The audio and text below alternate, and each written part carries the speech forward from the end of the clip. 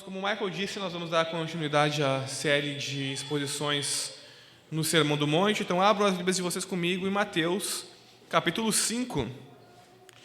Hoje nós chegamos ao final do capítulo 5 de Mateus.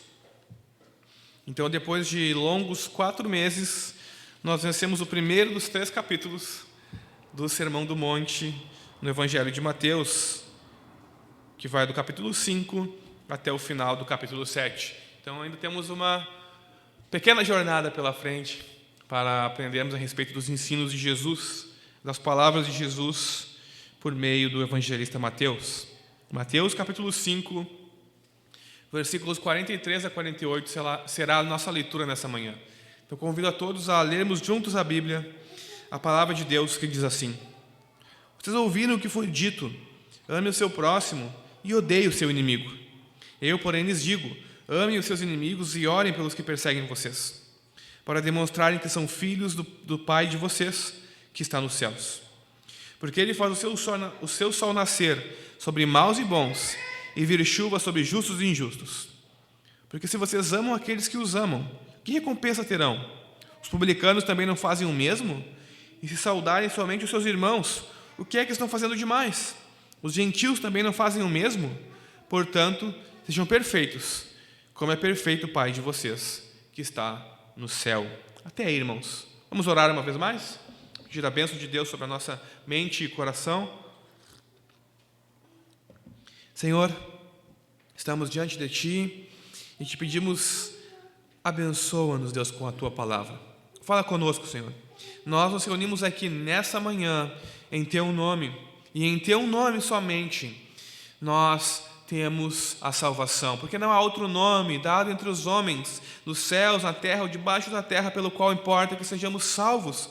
Só o Senhor Jesus é o Rei do universo, o Senhor de todas as coisas, e a Tua palavra, ela é a verdade. Céus e terra passarão, tudo o que nós conhecemos desaparecerá, mas a Tua palavra permanecerá para sempre.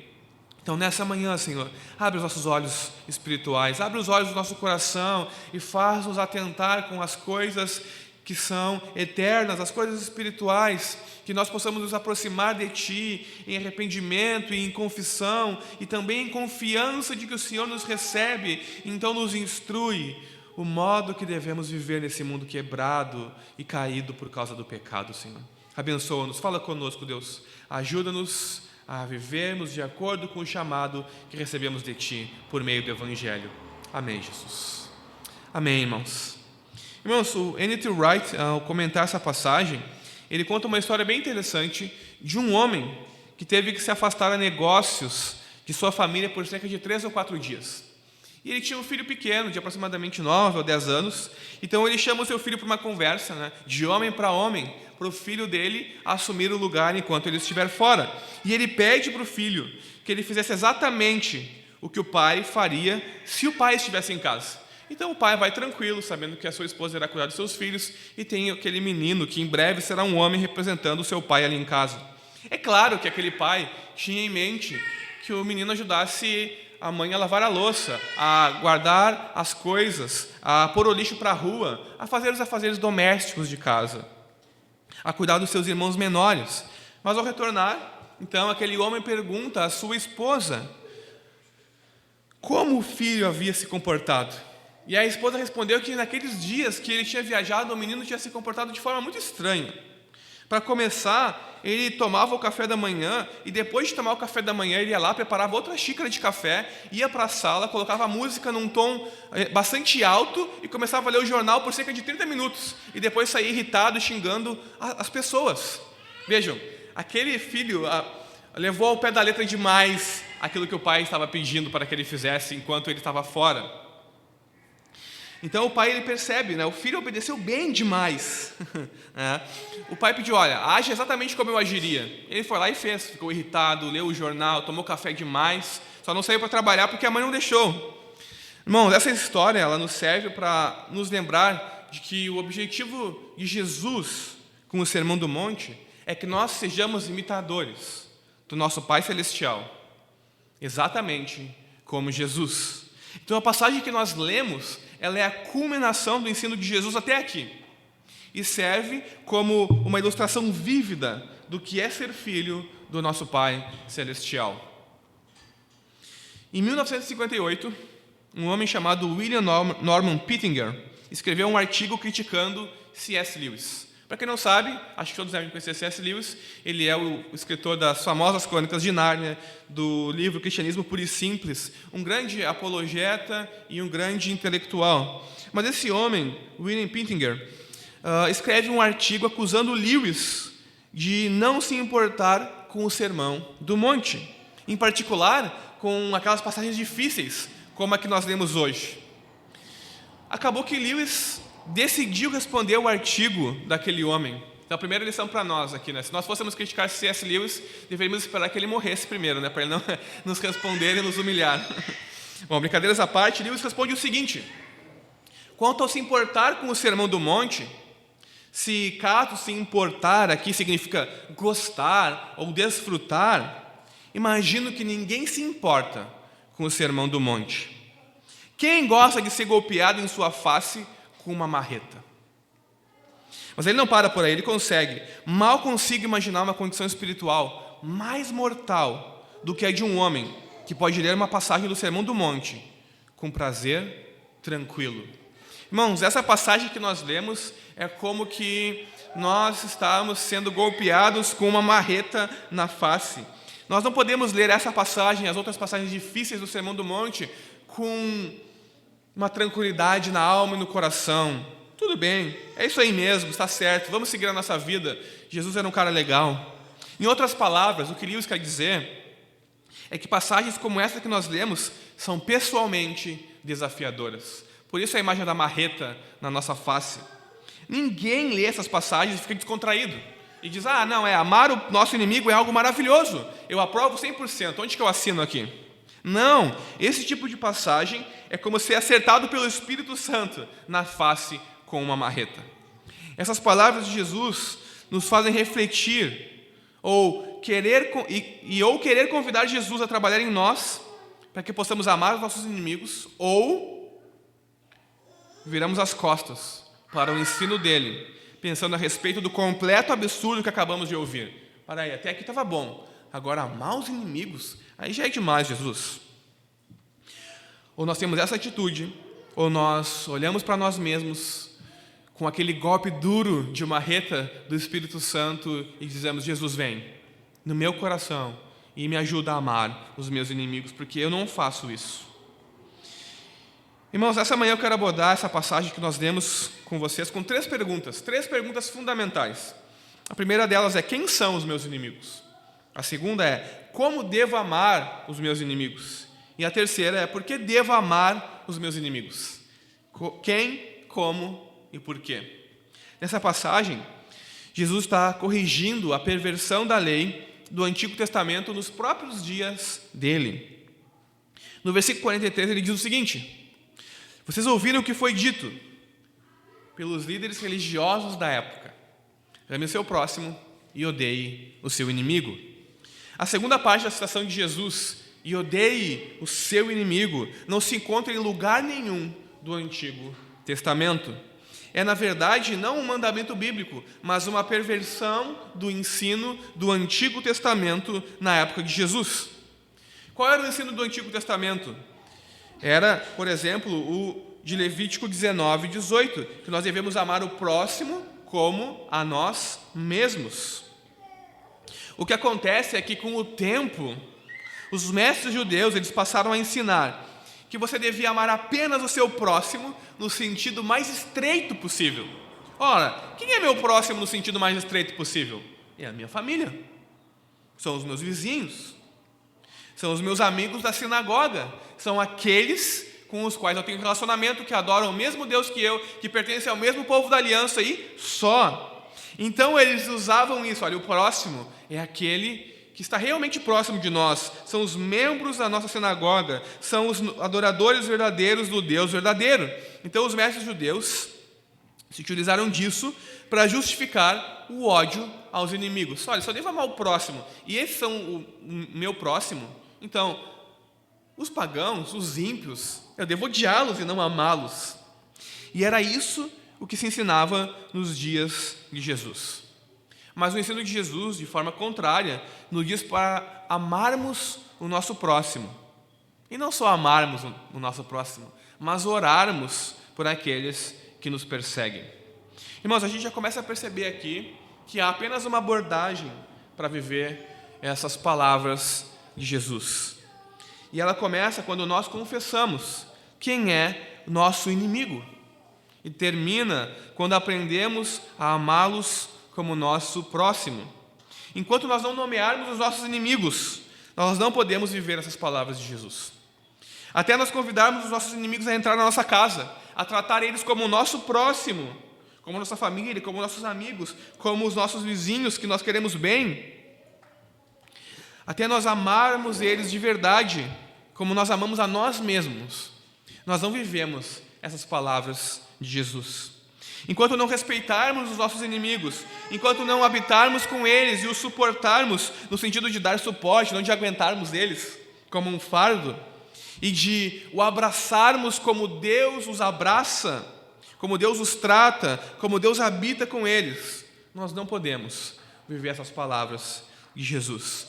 Por isso, então, nós começamos com essa pergunta: quem são os nossos inimigos? Quem são os meus inimigos? Quem são os teus inimigos? Bom, em primeiro lugar, no contexto dessa passagem, nos vem à mente o inimigo óbvio, os romanos. Quem era o inimigo dos judeus na época de Jesus? Os romanos. Os romanos invadiram Israel, oprimiram o povo, cobravam altos impostos para sustentar o império pagão e uma nação que não era Israel. E ainda por cima, eram blasfemos e adoradores de falsos deuses. Então, os romanos eram o inimigo número 1 da época de Jesus. Mas os líderes religiosos também às vezes se faziam de inimigos das pessoas, colocando fardos pesados sobre elas e impedindo que elas alcançassem a graça de Deus e o perdão de pecados e tivessem comunhão com Deus. Em outro sentido, falsos líderes religiosos também se tornam o inimigo do povo de Deus. Os discípulos depois serão perseguidos, não pelos romanos no primeiro momento, mas pelos líderes religiosos dos judeus que não criam em Jesus como Messias e que não adoravam a Deus de forma genuína, mas apenas buscavam os seus próprios interesses. Então, para os judeus da época de Jesus, esses eram os dois inimigos padrão, digamos assim, o inimigo estrangeiro e o inimigo interno. Mas de forma mais ampla, Jesus está nos dizendo aqui que os nossos inimigos são aqueles que nos perseguem. Porque quando ele diz orem pelos seus inimigos, amem os seus inimigos e orem por aqueles que os perseguem, ele está tornando essa categoria de inimigo um pouco mais ampla, na verdade muito mais ampla.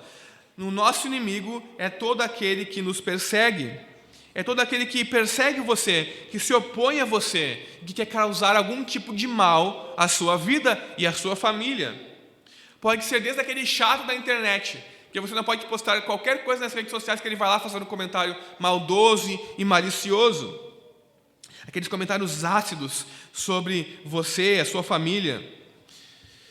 Pode ser também alguém que age de forma violenta contra você, procurando tirar a vida ou machucar você, a levar os seus bens. Pode ser também aquele seu tio, aquele tio da família que ninguém suporta, que faz piadinhas chatas e que envergonha a todos. Não importa quem é o nosso inimigo, é aquele que nos persegue. Não importa o que ele faz, aonde ele mora, simplesmente pelo fato de nos perseguir, ele se torna nosso inimigo. E não importa também o tipo de mal que aquela pessoa quer nos afligir, seja moral ou físico, qualquer um que quiser causar algum mal a você é seu inimigo. Ou seja, desde o seu chefe ao seu vizinho, desde aquele tio, aquele colega antigo da escola, não importa. Então, o mandamento de Jesus é que nós amemos os nossos inimigos, incluindo aquele tio chato, aquele colega antigo da escola, aquele chefe que nos incomoda, aquela pessoa que faz aqueles comentários ácidos nas redes sociais sobre a nossa pessoa. O ponto de Jesus aqui é o seguinte: nós não devemos deixar de amar essas pessoas. Mas eu fui ofendido. Mas ele falou mal de mim, a minha reputação foi manchada perante os outros. Mas eu fui traído. Mas eu sou extremamente desapontado com o que ele fez. Ou, nossa, ele torna a minha vida muito mais difícil no trabalho. Então eu não posso amá-lo, é impossível. Jesus está dizendo, olha, você tem que amar essas pessoas, mesmo quando elas causam esse tipo de reação e sentimento em você. Mesmo quando elas ameaçam você e procuram ferir você. Mesmo assim, nós devemos amar essas pessoas. Então, o nosso inimigo é todo aquele que quer nos causar algum tipo de mal. Talvez você possa pensar, tudo bem, Jesus, tudo bem.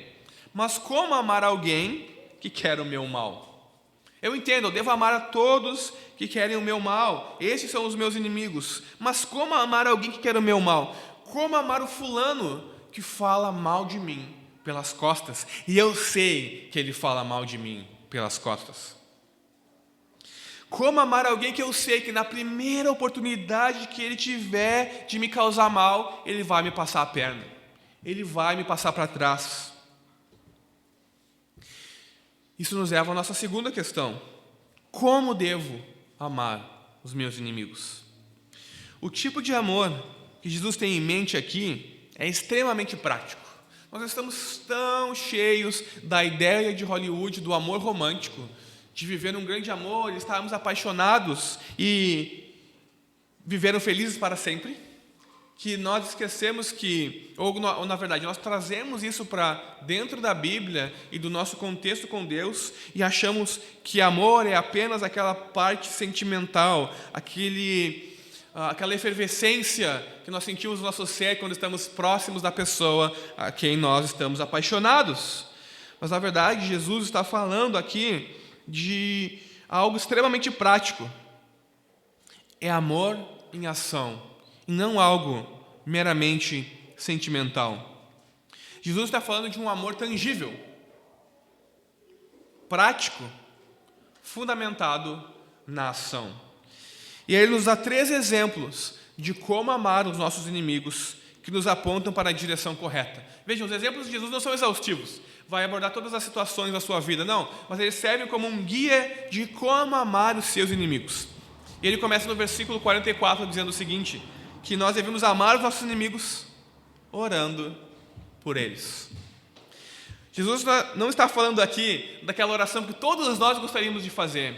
Deus, manda fogo do céu e acaba com a vida do fulano para ele parar de me incomodar. Jesus, só um raiozinho para deixar ele meio torto e ele nunca mais me incomodar. Se vocês pensaram isso, irmãos, vocês estão completamente enganados. Não é esse tipo de oração que Jesus quer que nós façamos pelos nossos inimigos. Sabe por que Jesus nos diz para orarmos pelos nossos inimigos? Porque é extremamente difícil odiar aquele por quem você ora. É extremamente difícil nós estarmos pedindo que Deus abençoe uma pessoa e guardarmos rancor e ódio por ela. Porque orar pelos inimigos é interceder pelo bem deles, pela salvação deles, para que se arrependam, para que recebam a vida eterna. Esse é o exemplo de Jesus. Enquanto estava sendo crucificado, constantemente ele orava, Pai, perdoa-lhes, eles não sabem o que fazem. Esse também é o exemplo de Estevão, quando estava sendo apedrejado, orou pelos seus inimigos, por aqueles que estavam o matando, para que Deus não lhes imputasse aquele pecado. Irmãos, Jesus nos diz que nós devemos orar pelo bem de nossos inimigos, mesmo quando eles estão nos ferindo, e talvez até tirando a nossa vida, no caso de Estevão.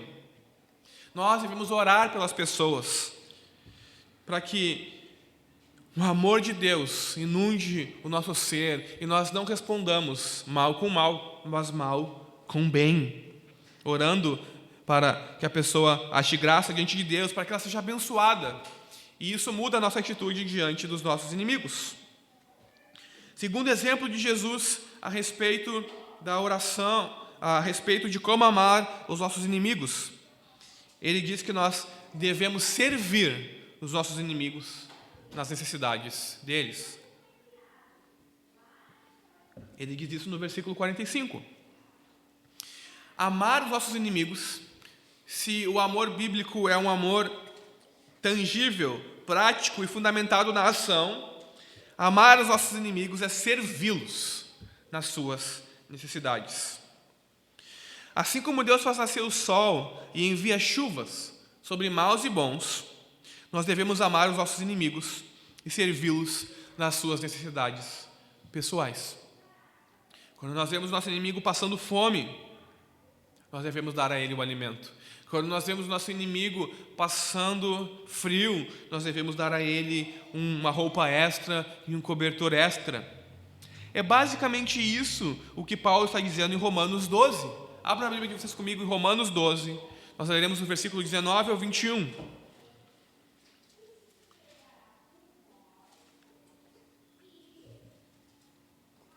Romanos 12, versículos 19 a 21. Diz assim a palavra de Deus: Meus amados, não façam justiça com as próprias mãos. Não deem lugar à ira mas deem lugar à ira de Deus, pois está escrito: A mim pertence a vingança, eu é que retribuirei, diz o Senhor. Façam o contrário. Se o seu inimigo tiver fome, dê-lhe de comer. Se tiver sede, dê-lhe de beber.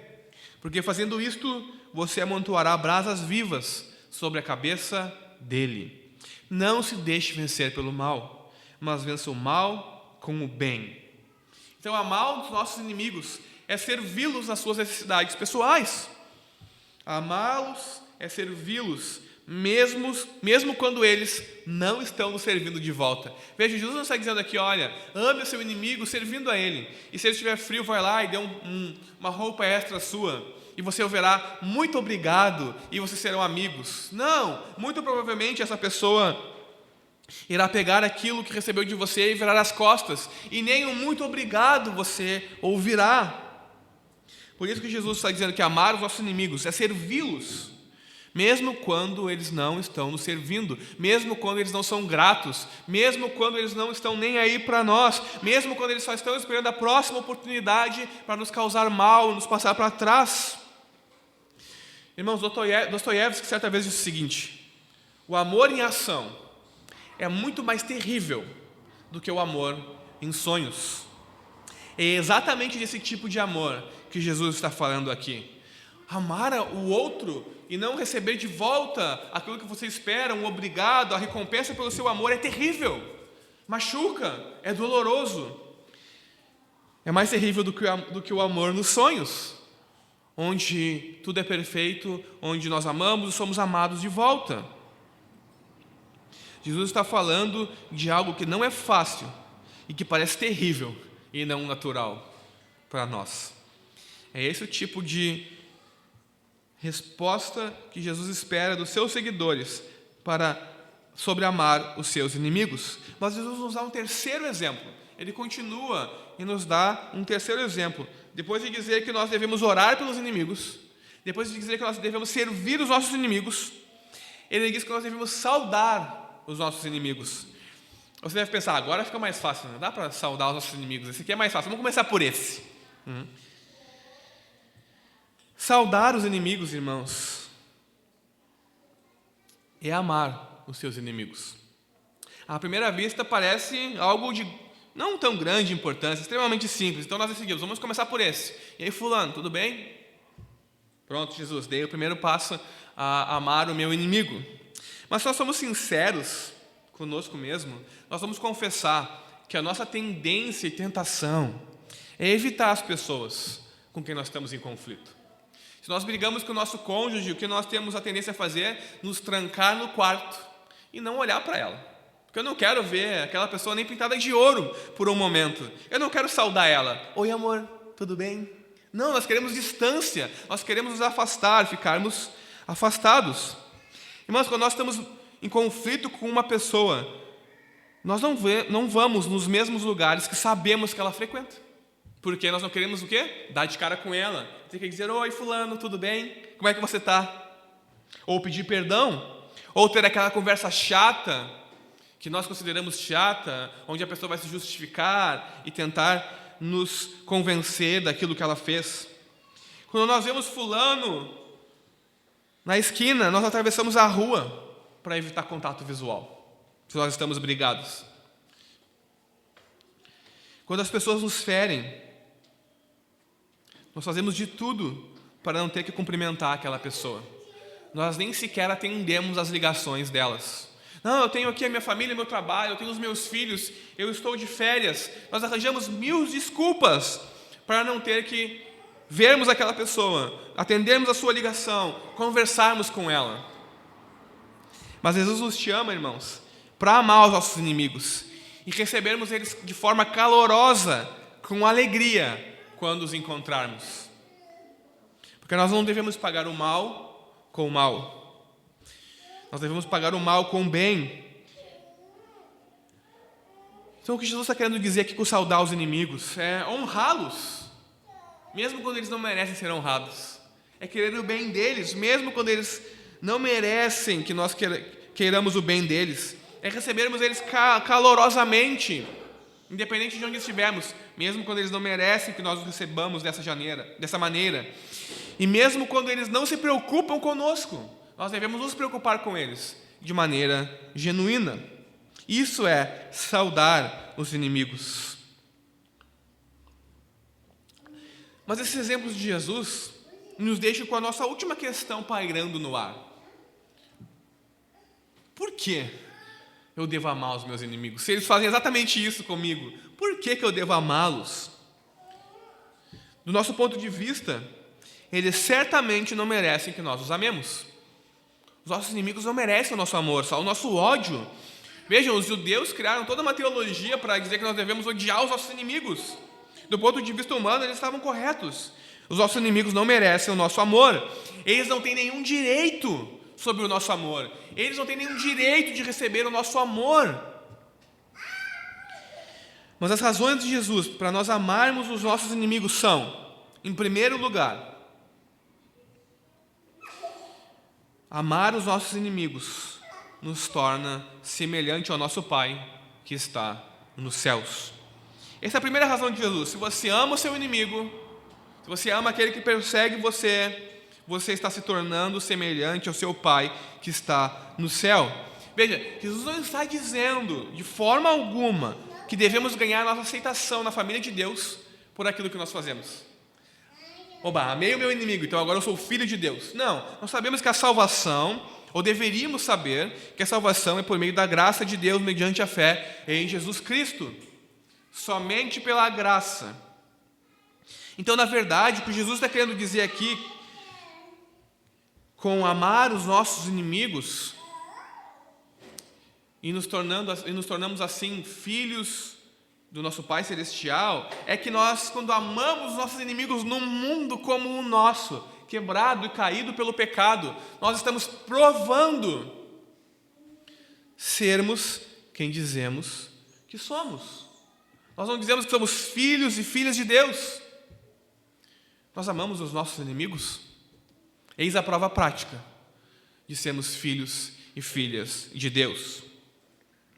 Porque quando nós agimos como nosso Pai que está nos céus, nós mostramos ao mundo que somos seus filhos. E irmãos, Deus ama os seus inimigos. Deus nos amou quando nós éramos seus inimigos e morreu por nós quando tudo o que fazíamos era pecar e blasfemar e odiar o seu santo nome e a sua santa palavra. Deus ama os seus inimigos. Nós um dia fomos inimigos de Deus. Então, pela graça e poder que há em Jesus, nós nos tornamos filhos dele, pela obra de Cristo na cruz. E Deus hoje ainda continua amando os seus inimigos. E Ele nos convida agora, como membros da família de Deus, a imitá-lo como o nosso Pai Celestial e a amar os nossos inimigos. Amar o inimigo não é um mandamento com propósito. Eu vou amar o inimigo porque eu vou ganhar X. Eu vou amar o inimigo porque eu vou ganhar tal coisa de Jesus. Jesus em nenhum lugar Ele nos diz por que devemos amar o nosso inimigo, além de para mostrarmos ao mundo que somos filhos do nosso Pai que está nos céus. Vejam, essa não é a estratégia de conquista de Jesus. Ame seu inimigo e nós vamos conquistar o mundo e ser senhores. Não, não é algo pragmático. Tampouco é algo natural. Este mandamento, ao contrário, nos confronta com aquele que é Senhor, Deus, e nos confronta a respeito de um mundo que ainda não é completamente nosso. Novos céus e nova terra, o reino de Deus. Irmãos, um famoso teólogo certa vez disse de maneira muito acertada o seguinte: retornar bem com mal é diabólico. Retornar bem com bem é humano. Agora, retornar mal com bem é divino. Jesus está nos convidando a pegarmos a centelha divina que é em nós e mostrarmos para o mundo que somos filhos e filhas de Deus. A segunda razão pela qual Jesus diz que nós devemos amar os nossos inimigos é pela recompensa celestial. No versículo 46, Jesus diz o seguinte: porque se vocês amam aqueles que os amam, que recompensa terão? Na passagem paralela de Lucas 6, Jesus diz que aqueles que amam seus inimigos terão uma grande recompensa. Vejam, irmãos, Jesus está motivando os seus discípulos a amar os seus inimigos, porque ao amar os seus inimigos, os seus discípulos terão uma grande recompensa. Porque aqueles que amam quem os ama já receberam a recompensa. Se eu chegar em casa e entregar para minha esposa um chocolate chique e dizer a ela: eu te amo, é para você, sou muito grato pela esposa que você é, ela vai ficar extremamente feliz. E ela vai me recompensar, ela vai lá e vai fazer a refeição que eu mais gosto. Vejam, quando você ama alguém que ama você de volta, você recebe a recompensa do seu amor. Mas se você abençoa, ama e serve o seu inimigo, e ele dá as costas para você, sem sequer agradecer a sua ajuda, se você ora e intercede pelo seu inimigo e ele continua perseguindo você, esperando a primeira oportunidade para passar você para trás, a sua recompensa não virá dele, porque ele não ama você. A sua recompensa virá de Deus, no reino dos céus. É isso que Jesus está dizendo. Esse é um motivo que Jesus está nos dando. Se você ama o seu inimigo, você vai ser recompensado por Deus nos céus. A última razão, irmãos, que Jesus nos dá para amar os nossos inimigos é que esse tipo de amor comunica o Evangelho para as pessoas que mais precisam dele, os nossos inimigos. As pessoas que mais precisam do Evangelho nesse mundo são os nossos inimigos, porque elas também são inimigos de Deus. O nosso amor pelos nossos inimigos comunica o Evangelho de uma forma que jamais seríamos capazes se nós virássemos as costas para eles no momento da adversidade deles. Se nós pagássemos o mal deles com o mal também. Se apenas nós orássemos para Deus consumir os nossos inimigos e Deus os consumisse, eles não seriam salvos, eles não alcançariam o arrependimento. Então, quando nós vencemos o mal com o bem, nós damos um testemunho poderoso do Evangelho e do Deus de amor a quem servimos, um Deus que ama os seus inimigos. Mas Jesus, ele nos chama além da paciência com os nossos inimigos, para amar e servir os nossos inimigos. Ele nos chama além de vencer o mal com o bem, para buscar a perfeição do nosso Pai que está no céu. O versículo 48 diz o seguinte: portanto, sejam perfeitos, como é perfeito o Pai de vocês que está no céu. Essa é uma perfeição que nós não podemos alcançar nessa vida, nesse mundo, mas a qual nós devemos aspirar. O amor perfeito de Deus fluindo em nós por meio do amar os nossos inimigos. Deus nos amou quando ainda éramos inimigos dele. E quando não tínhamos nada a oferecer em troca, Deus nos amou e deu tudo por nós. Então, todas as vezes que eu e você acharmos difícil amar o nosso inimigo, nós devemos lembrar que Deus nos amou quando nós éramos seus inimigos. E nós devemos nos lembrar que o amor que nós temos que dar a eles é o amor que nós temos recebido de Deus, como filhos e filhas que somos. O amor que damos é o amor que recebemos, é o amor do nosso Pai Celestial em Cristo Jesus, o Filho de Deus. Irmãos, como eu disse no início, o objetivo de Jesus nessa passagem é que sejamos imitadores do nosso Pai Celestial, exatamente como Ele, como Jesus. Que sejamos filhos e filhas em quem o amor de Deus resplandece como o sol no meio-dia. E não existe um testemunho mais evidente de que somos filhos e filhas de Deus do que amar os nossos inimigos. Amar os inimigos é a prova prática que encerra tudo o que Jesus disse até aqui no Sermão do Monte. Irmãos, acontece que amar os nossos inimigos é algo contrário à nossa natureza. É algo contrário. Nós discutimos no grupo na terça-feira que não buscar a vingança é algo difícil. Agora imagina, não só não buscar a vingança, mas amar aquele que perpetua o mal contra você, que quer enganar você, fazer mal contra você. Esse é um passo muito mais além do que não buscar a vingança. Está acima das nossas forças e em contradição com o nosso conceito de justiça e de bem e de mal. Nós queremos justiça contra aqueles que nos perseguem, que eles sofram o mal, que Jesus envie um raio do céu e os condene. Mas Jesus, irmãos, como o verdadeiro e autorizado intérprete da lei, nos dá o mandamento, não de odiar os nossos inimigos, mas de amá-los. E com isso ele nos diz que o mal se vence com o amor. Então a atitude que nós devemos ter para com os nossos inimigos é aquela do salmista, em Salmo 119, versículo 4. Em paga do meu amor me hostilizam, diz o salmista. O que ele faz? Deus manda fogo do céu e os consome, esses ímpios. Não, ele diz, eu porém, ora ao Deus dos céus, pelos seus inimigos, por aquele que os hostilizam por causa do amor dele. O que nós aprendemos com Jesus é que o amor não busca retribuição. É isso que Paulo nos ensina na sua epístola aos Coríntios. O amor não busca retribuição, busca a pessoa que necessita dele. Então, quem seria mais necessitado de amor do que a pessoa que, sem amor, vive no ódio contra o seu próximo, no ódio contra o seu inimigo? O nosso inimigo é a pessoa que mais precisa do nosso amor, do amor de Deus em Cristo Jesus. Assim, irmãos, o difícil convite de Jesus para nós,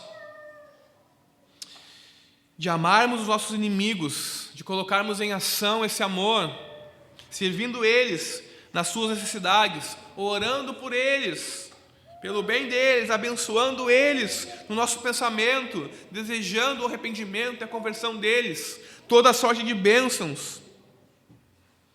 Esse difícil convite de Jesus só é realizado na nossa vida pelo poder do Espírito que habita em nós, porque não é algo natural. Jesus mesmo nos capacita a amar os nossos inimigos e assim começar na jornada de experimentar o amor perfeito de Deus derramado em Jesus Cristo. Quando nós amamos os nossos inimigos, começamos nós mesmos a jornada rumo à perfeição, rumo à completude, rumo à santidade. Nós temos de ser santos, pois o Senhor nosso Deus é santo. Nós temos que ser amorosos, porque Deus é amor.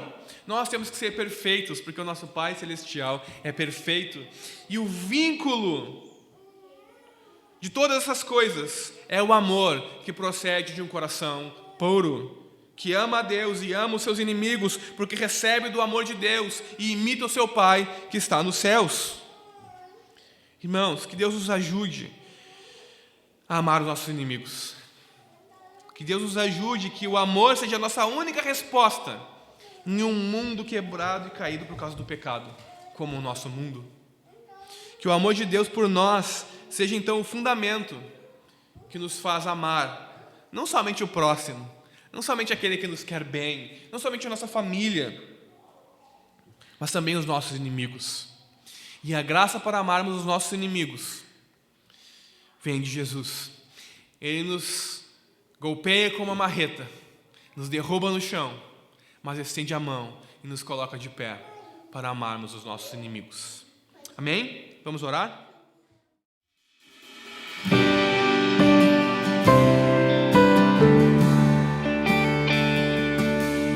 A cruz e o seu mistério não posso entender. No Calvário agonizou o Deus santo e justo ao Filho esmagou e o fez por mim do amargo fel beber. Jesus